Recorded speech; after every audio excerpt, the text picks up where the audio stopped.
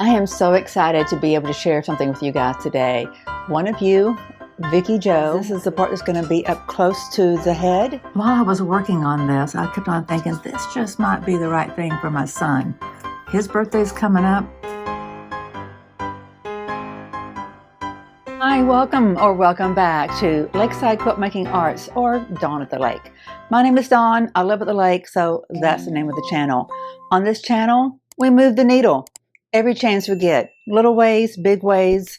Well, I don't know about big ways, but as big as we can.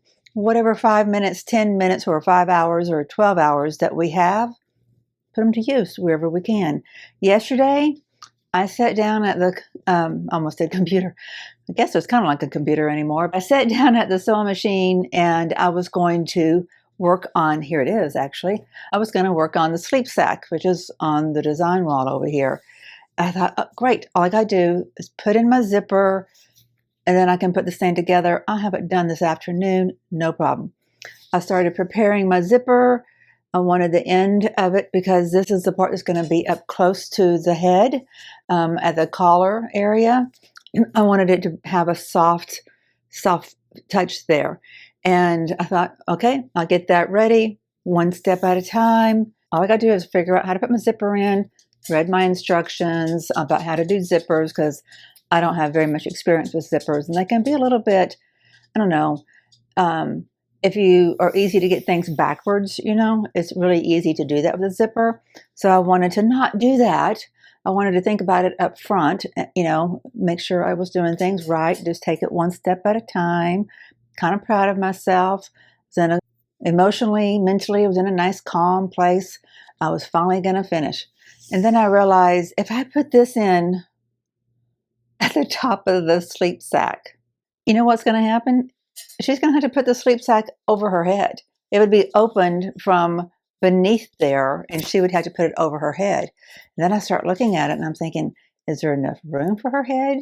I know there's enough room for her neck, you know, but I don't know if there's enough room to comfortably put it over her head. I'm like, how is this supposed to work? Oh my gosh, I felt like an idiot when I figured it out. And I didn't figure it out. I called my mom. I was like, Mom, how am I supposed to do this? She says, well, you need like a coat zipper. My mother used to be a garment maker. She could make anything. Like she just kind of like looked at a bunch of fabric and it turned into something. She was just a magician. I never could learn anything from her because for her, it was just innate. She just did it and she couldn't communicate it to me in a style that I could learn from. And so we would butt heads. And so we just didn't try a lot. So I knew she was the person to call. And she's like, well, you need a coat zipper. Like, oh my gosh, I need a coat zipper. Of course I do. So I went online and I found just the right zipper. Of course, I had to order it. And there, you know, first I did check my Walmart because there's nothing else in this little town that I live in out here at the lake. It's Scottsboro, Alabama. It's a great little town. I love the small townness of it, the small feel of it and the community of it. And I mean, there's a lot of attributes about it. But as far as being able to find a coat zipper like at the last minute, not so much.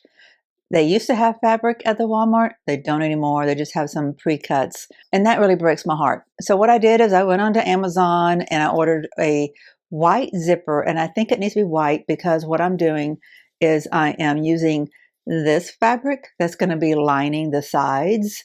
And so it will kind of blend in to this. And I think that will make it kind of disappear. But I got a zipper, a metal zipper.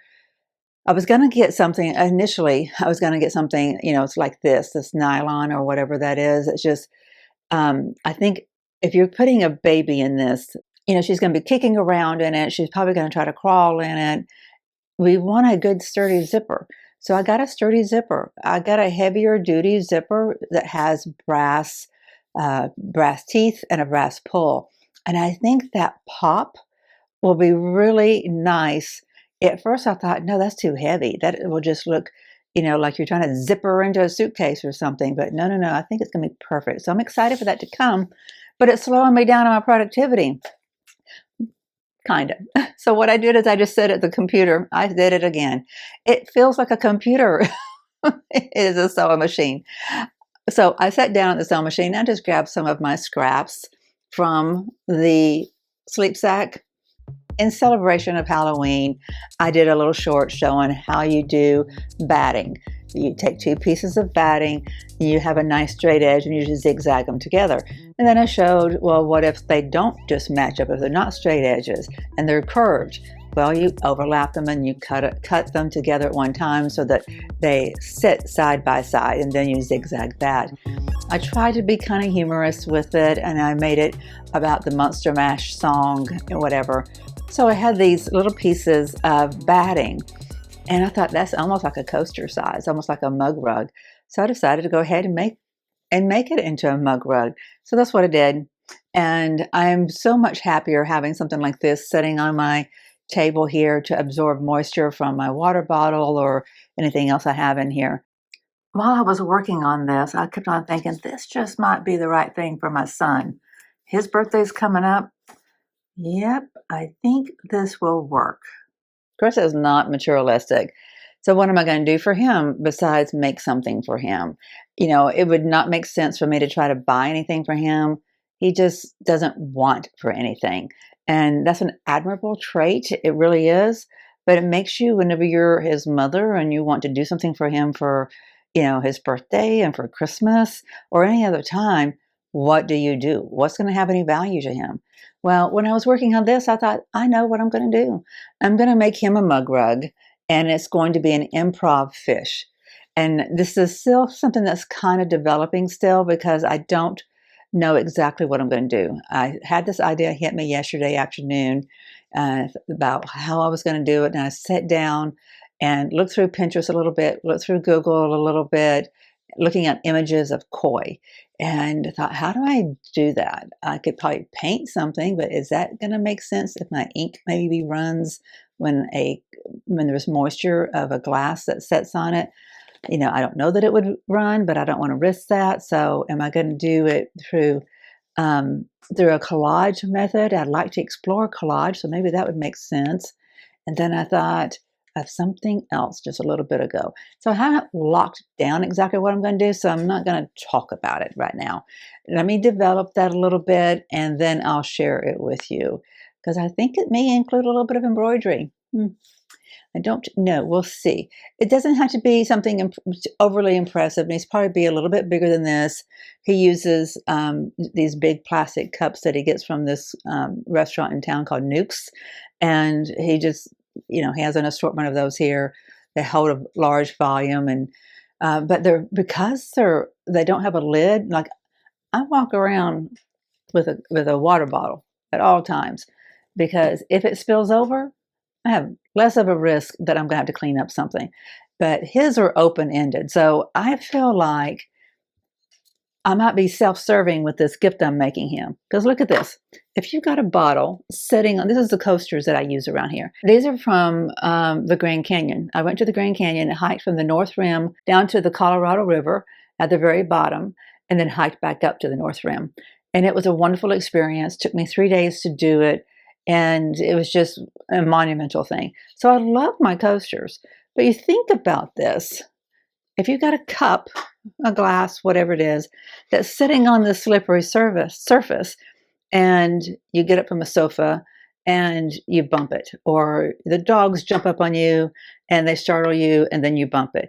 What's going to happen when this slides, because it's going to slide easily, and it's going to hit that edge, and because it's got a height difference from there to the surface of the table, you're more likely to have a spill.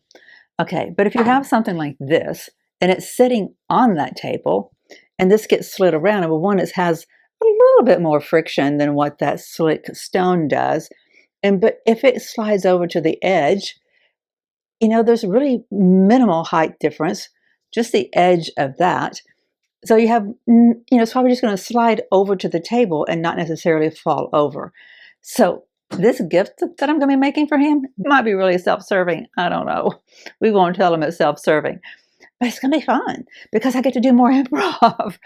Although I got to say, there's a piece of me that's really craving getting back to some of these really, really structured blocks that we were doing before I went for surgery. I can't wait, really, to get back to working on those.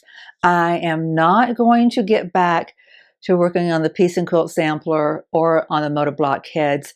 However, before I dive into one or both of two projects that are just really hanging over my head, and that would be the unicorn quilt and the Mars quilt. I really need to wrap those up. The two young people are waiting on those. And if you remember back when you were young, waiting on anything felt like an eternity, if it was a week. Well, it's been almost, how long has it been? It's been almost a year that Liam has had to wait for his Mars quilt. And it has been like 6 months, if not 7 months. Yes. And it's been like 6 months that little Charlie has had to wait on her unicorn quilt. So I need to wrap those things up. Now, it's not like I've been sitting around twiddling my thumbs, but those are the things I'll get to after I work on Chris's mug rug. Oh my goodness. And of course, as soon as that zipper comes in, we finish working on that. I cannot wait. So just imagine, see if I can get my finger to point. So right there in the middle between those, you have a white zipper with brass or gold teeth and a pull. I think that'll be cool. So it's going to be able to connect it at the top or disconnect it at the top, and it will zip down to the bottom. Some of you had suggested, putting a zipper in. It is so hard to do this behind your back. Putting a zipper in, along the bottom. And I can see some value in that, but we're not going to do it that way. I asked my daughter about it, and she said no. She didn't explain why. I didn't ask. She's mama. She gets the vote that counts, right? This is what we're going to do. No zipper along the bottom, putting a zipper in the middle, and it's going to be a good, tough zipper that will not be able to rip so easily. If there's knees and feet and legs and whatever pushing around inside there, trying to climb out of her baby bed or trying to walk or crawl while she's inside this thing, that it's less likely for those teeth to separate and the zipper to get ruined. Hopefully it will last, maybe until some of her siblings get to use it too. I'm going to stop talking so that we can look at Vicki Joe's work. I am so excited to be able to share something with you guys today. One of you, Vicki Joe, she has been watching the channel for a little while now. We started connecting, I think, back in June, if not the first part of July. And just a few weeks ago, we started connecting again, and she showed me some of her work that I had asked her to show. Oh my gosh, I just love it so much, and I have to make sure that I share it with you. It is not something that we're working on here on the channel, and that's what I want to tell you. You may be working on something that has nothing to do with anything we're doing here on the channel. Doesn't mean I don't want to see it. I do want to see it, and I want to share it with others. I'm going to be inspired by seeing what you're doing, just like I hope you will be, and I know you'll be inspired by looking at what Vicki Joe is doing. Her aesthetic is just really nice, and just making some great quilts while she's doing it. There's one in particular that I really resonated with, and that's the one based off of the art by Gustav Klimt. I was just going to tell you a few things about Vicki, and then I started reading back over the first email where she shared about herself, and I thought I might just read it. I'm going to get her permission before I share this publicly, but I kind of did already. I asked her if there's anything that she has shared about herself or others that I should be careful about not mentioning, and she didn't think that she had said anything that wasn't, fine to share. I think this will give you an idea for why I felt some connection with her, because, kind of a similar story, medical thing came along and kind of derailed my life, and it derailed where she thought her trajectory was taking her to. And then she found sewing, and that's kind of what I've been doing too. But also, you just kind of hear her heart. She's got a good passion for what she's doing, and it really intrigued me, and so I asked for more pictures, and that's what we're going to be looking at. I'll show you those while I talk. Then we'll talk about the quilts. Hi Dawn, your channel is probably the one I've posted more on than any other. Your story hit home with me, and I can feel your sincerity. Very sweet of you. Thank you very much. A little about me. I worked in the computer industry for most of my adult life and was forced to retire for medical reasons last year. I was only 65 and fully expected to work until I was 70. I have 2 generations of children, so one daughter is in her 40s and the other 2 are in their 20s. Due to the intensity of my job and raising those last two on my own, I didn't have a lot of me time. I took a quilting lesson almost 30 years ago and made 2 quilts and then focused on job and children. That resonates big time with me because that's kind of what I did. I dabbled in quilt making and then realized I needed to just kind of put on some blinders and take care of my family, take care of my children, the house, and then eventually it meant I went back to corporate work and, you know, just took care of creating life. There wasn't any real time for me to get into um, my passions or anything like that. So back to her letter. So when I found myself retired, it took 6 months to kind of recover physically and mentally. And I decided to drag an old sewing machine out of the basement and try my hand at quilting again. Thank goodness for YouTube videos. I started out watching Donna at Jordan Fabrics and made a baby quilt that was a bust. Mostly my machine was acting up, but also I made a lot of mistakes. I brought my machine into the shop to be serviced and walked out with a new Elna sewing machine and haven't looked back much. How many of you can relate? I then proceeded to make a viable baby quilt and many more quilts since. I do my own quilting on a domestic machine. Nothing fancy yet, just stitch in the ditch or wavy lines every couple of inches, either diagonally or horizontally. I have templates for fancy designs. It takes a lot of practice, which I haven't had the patience to spend a lot of time on it yet, and have dabbled with free motion quilting, but only for a quilt wall hanging I made for myself. I also made some jelly roll rugs. I've dabbled with a dog coat and collars, fabric baskets, rope baskets, and even an art quilt.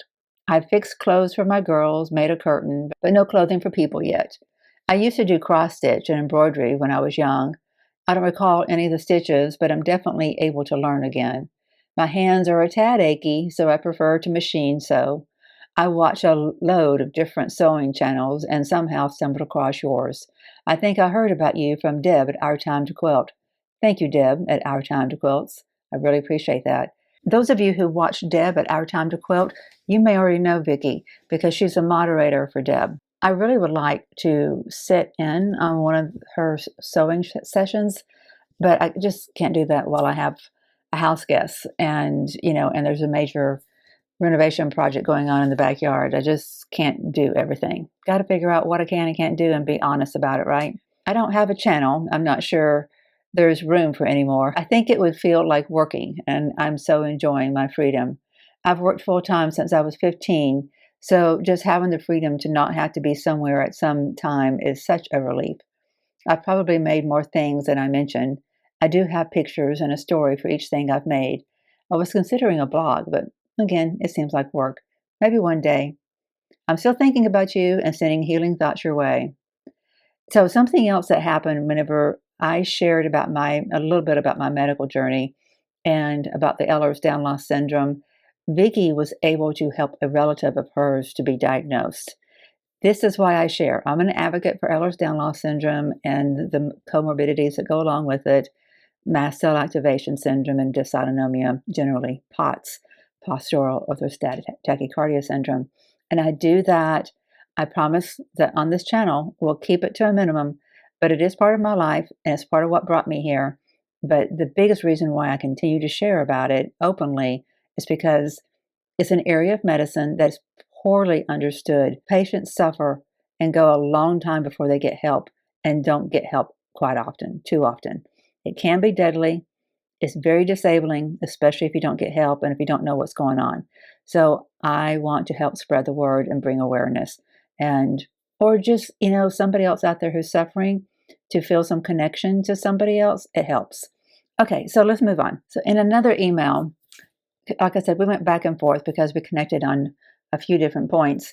She says, working with pretty fabrics or interesting patterns is very motivating. Making useful things for people is also a huge motivator. Most of my creations have been gifted. Right now, I'm making a quilt for myself, finally, for my bed. I have a basic pattern, the first one I've ever bought, but I'm going to modify it as I'm not a fan of the borders, and I also need to make it big enough for my bed. You might have seen the pattern. It's called MILLIE'S dresses. Yes, I've seen it. And now I've seen hers, and it's really quite sweet what she's done to it. I was attracted to the idea of making a quilt with dress blocks made of 1930s type fabrics. I found the 1930s fabric for sale on Missouri Quilt's website and just had to make the quilt. So I broke down and paid for a pattern. All my other patterns I've used have been free, mostly from Jordan Fabrics. Let's talk about the individual quilts now. She says this particular one is a wall hanging that she made for a friend's wedding with the ribbon hangers that she had seen on Tiffany's Quilting Life. The name of the fabric is Living the Dream, which is her friend's response to asking him how things are going. He recently retired and bought a mobile home with his fiance and is doing a lot of camping. Isn't that cool? So I did ask her to show some close-ups of this because I wanted to see those tabs. I think she's executed that beautifully. She says the ribbons are sewn on the edge, facing down onto the back of the quilt before the binding. Then I sew the binding on the back of the quilt. Then when sewing the binding to the front, you pull the ribbons up. The ribbons can lay easily on the back facing down or used to hang the quilt. The recipients just got it today and were very pleased. I wanted to keep it a small wall hanging, so hopefully it fits well into the mobile home. And here's the quilt that she's made for herself. The pattern, like we said, is Millie's Dresses. I didn't use the border she had. I needed a bigger quilt, so I added more dresses and found this other block to border it. I used a purple wide back fabric for the back and then made the binding out of scraps from the dress fabrics. Behind the bed on the wall is a panel I made into a wall hanging, and I free motion quilted the bejesus out of it. My next project is to take 6 panels of the same fabric to make hexagon kaleidoscope blocks. I'm a glutton for punishment, she says. Oh, I think we can all resonate with that. I saw this style made by a few different makers and wanted to try it. So far, I have the fabric pinned together. Now, I need to get brave enough to start the cutting process. I like the idea of being able to create 3 different designs depending on how I place the fabric in the hexagon. Well, more than 3, I guess, if you make the fabric point in different directions. I don't have a pattern, just winging it. I'm using a panel from Gustav Klimt fabric collection because I have a ton of fabric left over from a quilt I made for my sister with the same fabric. Because I bought fat quarters and yardage, I had a lot of leftover fabric. That quilt is amazing. Look at it. She says she really loves the colors. It was so fun to work with. I love this one. Love, love, love. She says that she organized most of her fabric stash and found that she had way too much fabric and had to stop buying it and get to work on some projects. That's kind of what I'm doing in 2025. I don't think I'm going to take on any new projects until I have these that I've started done. I want to not be the person who has lots of WIPS. I want finished projects. And these are gifts, they're not gifts until they're given. Okay, so she says that she had organized her fabric. She had bought a bunch of fabric at an estate sale, mostly grays and black, and she's thinking about making a labyrinth quilt with them or a cube design, like the 3D effect with either design. Okay, I like that idea a lot. I want to see that when you get that done, Vicki. I really do. She's making a retirement quilt for a friend that has blocks that are signed by friends and family. That's cool. So the interesting thing, Vicki doesn't claim to have artistic abilities, but if you look at her work, you wouldn't think that, would you? So I think she's been telling herself some lies. Vicki, I think you've got some talents. Oh, and this one particular quilt, look at this. When she sent it to me, she specified that one image over on the right-hand side. She says, that's a sunset, not an octopus. I didn't think it was an octopus, but I guess somebody had told her that they thought it was an octopus. She said it's not an octopus, and there's a whale's tail in the water. I made this one for my sister who lives in an eastern seaboard city and loves whales. It's supposed to depict the rocky shoreline where we grew up. I think she said she grew up in Maryland, but then work took her elsewhere. Here is the fabric I pinned together to make the kaleidoscope quilt. I think I should have picked a more busy fabric, but it's too late to turn back now. I cut it into 5.5-inch strips and started to cut the triangles. I also love baking. Here's a loaf I made for my daughter for a meeting she had with friends. I have an extensive library of all the things I've made so far, but I don't want to bore you. So she promises that she's got even more work than this, and she just really got back into this a year ago. She is prolific. I'd love to see more. Wouldn't you? Put it in the comments if you want to see more of Vicki's work. So I hope you've enjoyed getting to know Vicki a little bit. Don't worry, if you send me an email, I won't just share it, verbatim like I have on this one. I've gotten permission from her to do this, and it was just so well written. It was like, why would I try to concisely say what she has very plainly and eloquently already expressed? So I just read her email. So don't worry, if you send me an email, I won't just be sharing it, directly sharing it on YouTube, unless you want me to. You can always say, it's okay to share what I'm sharing with you. So also tell me if there's something I shouldn't. Like if you ever share something with me, thinking that I'm going to be sharing your photos or anything, tell me what I can't share, okay? Because I want to be your friend, and that doesn't mean that I go around sharing everything you share with me, right? Okay, so I'm going to toss the hat to one of you. Who's next? Who are we going to get to feature next? Would you guys please help me to encourage Vicki to do more quilts and, do a high five or a salute or something that says, hey, we see you. Life kind of threw you a curveball, and you're making good use of it, and we see that and we respect that. So show her some love in the comments, please. All right, my friends, that's it for this video. That's it for moving the needle this week. This week, we get to share encouragement. That's how we're moving the needle. You guys take care. Have a good day. Keep moving that needle. We'll see you soon in the next video.